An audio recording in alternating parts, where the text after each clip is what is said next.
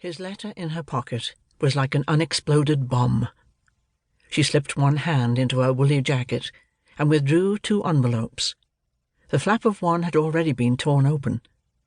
Taking out the letter, she strained to re-read Henry Mooney's typewritten words in the fading light. 20 May, 1925. Dear Ursula, I hope this finds you well. Ella and I are in good form, considering everything, and our little Isabella is a blessing in these troubled times. For such a wee mite, she certainly has a mind of her own. She reminds me of you in that respect. You must come up to Dublin to see her. Soon. The deliberate emphasis was disturbing. Newspaper men like Henry never underlined words. His letters to Ursula invariably included commentary on political events, an interest they shared. This time he wrote sourly, "The partition of Ireland is a disaster, even worse than the Act of Union that forcibly joined this country with Britain. Partition stranded thousands of supporters of the Union within the Irish Free State, but that was the price the Unionist party was willing to pay to cut off a portion of the north from the rest of the island, and turn 6 counties into what they call a Protestant state for a Protestant people. As you know, Protestants in the south are not discriminated against. Sadly, the same is not true for the Catholics, who now find themselves stranded in the north. The government of the Free State, most of them Catholics themselves, has abandoned these unfortunate people to their fate. Mobs, describing themselves as loyalist, meaning loyal to the King of England, I suppose, are attacking them with impunity. Have you heard of the B Special Militia in Northern Ireland? It is composed of Protestants who belong almost without exception to the Orange Order. The B Specials have undertaken to solve the problem of sectarian violence in the north by the simple expedient of eliminating the Catholics.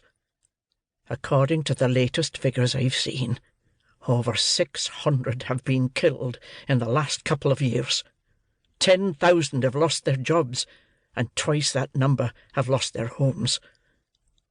In the dictionary I once gave you is the word pogrom. Look it up. You will find that originally a pogrom was the organized massacre of Jews in Russia. It now describes what is happening to Catholics in the north. When we began the struggle to free this island from foreign domination, who could have foreseen it would turn out this way?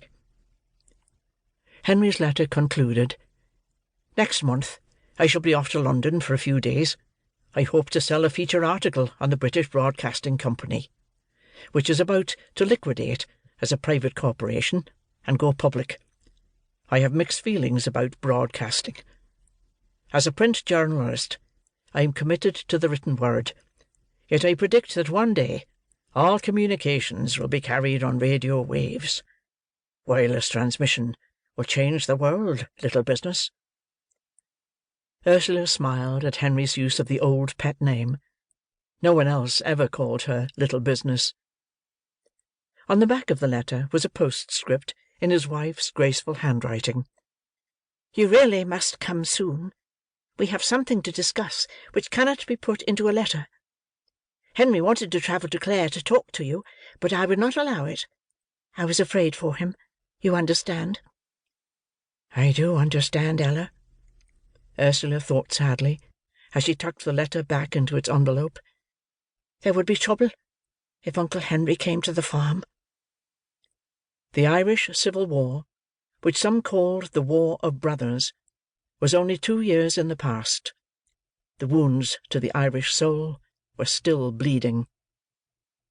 Gathering the reins, and clucking to her mount, Ursula sent him forward at a trot.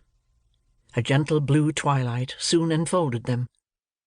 When they reached the long lane off the Ennis road, Sershar pricked his ears, and broke into a headlong gallop, eager for his bucket of oats. The stallion was kept in the barn at night. By the time Ursula unsaddled him,